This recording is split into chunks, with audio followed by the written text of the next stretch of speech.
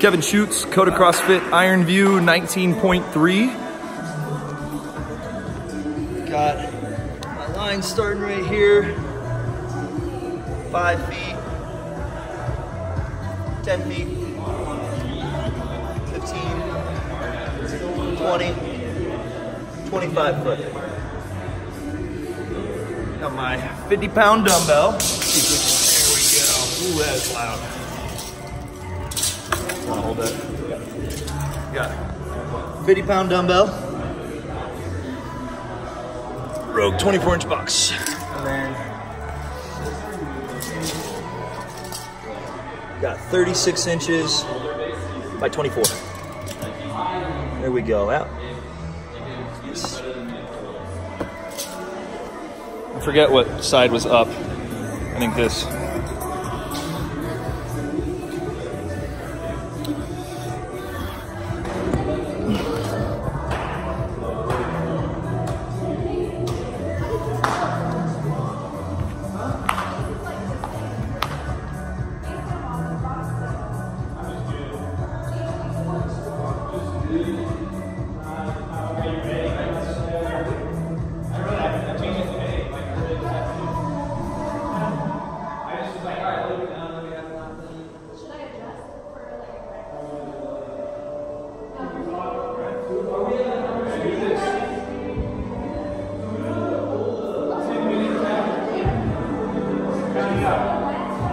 Starting in 10 seconds.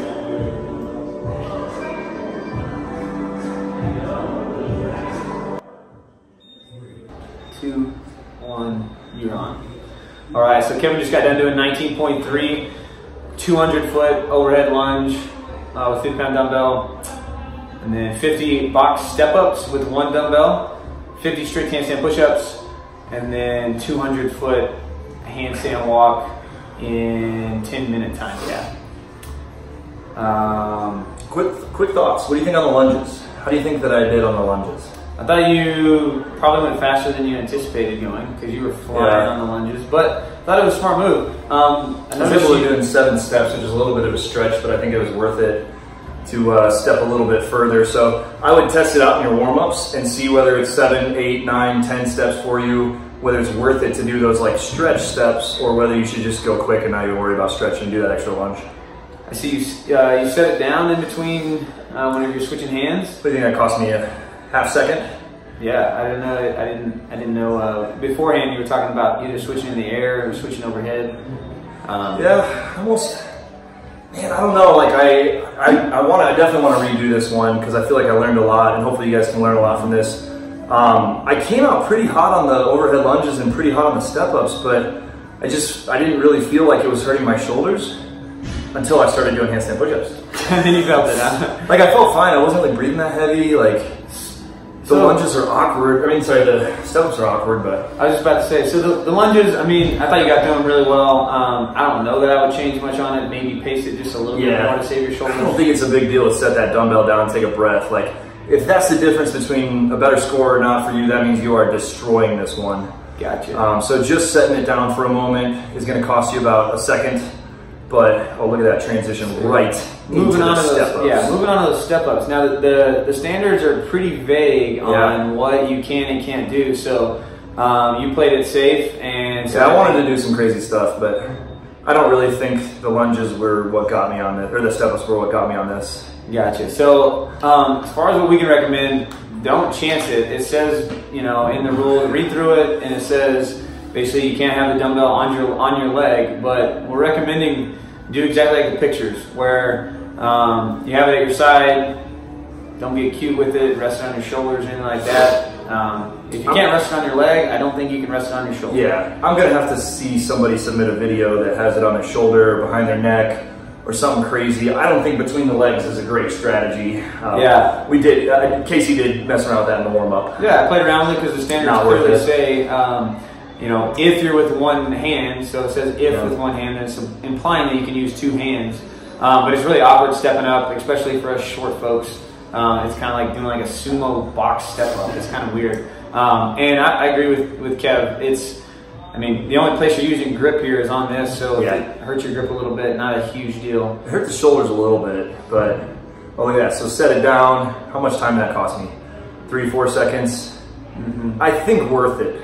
I think for me, so if you're a really good strict handstand push-upper, I think getting through, you know, the first 2 movements quick is going to pay off, but I am not a good strict handstand push-upper.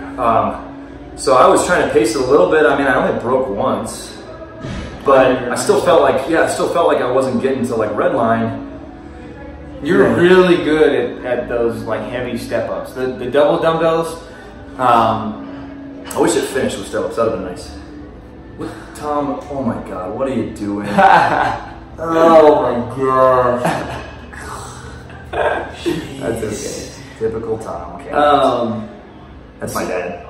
So we've got, we're coming up on the 4-minute mark here. And I remember looking kind of at you right here, trying to see where you were on the pain scale. And it looked like you were in control. I mean, you know, I mean, there's only so fast you can go on step-ups and so fast you can go on lunges. And so first 2 movements. Listen, we don't have that much time to talk strategy and stuff. So first 2 movements, I think when I redo, I'm going to practice a little bit more of the lunges, like transition and putting it down and like staying calm on it.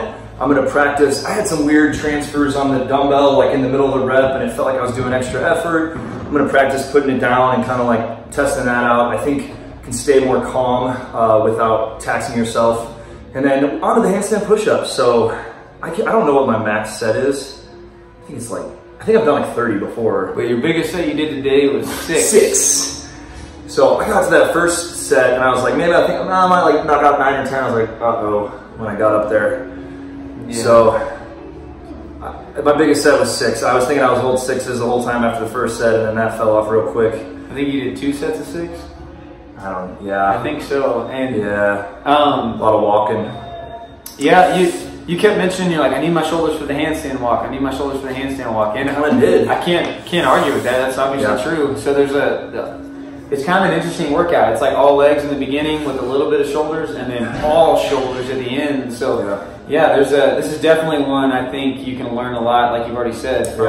And each person might be a little bit different. You know, if you're really good at strict handstand push-ups, well then it might not be a bad idea to still pace it real easy so you can take advantage of those easy handstand push-ups rather than being like, oh, I can get through them. Well, I so really breaking up and then trying to take a minute off your handstand push-up time. Rather than so really the only things you can get better at in handstand push-ups in the next 3 days is knowing not to get to red line, like knowing that on this workout you can't get super grindy, you have to hit the sustainable sets. And if you notice me, on my last rep, I'm taking my shoulders out of the picture as soon as possible. I'm balancing on my neck.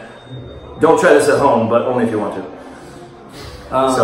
Would you, if you felt the exact same way going to the handstand push-ups, would you still do 6 on your first one, or would you do a smaller set? Yeah, I'd do the same. I don't know. I think I was already a little blown up before this workout, so I don't think I was feeling 100%. But so I'm hoping on a redo. I don't know if I'd go any slower on the first 2 movements. I think I'd just try to relax and be more efficient. Gotcha. I think you need to practice the step-ups and being as efficient as possible. So I'm hoping I can get through it in the same amount of time and just feel better. If that makes sense. Gotcha.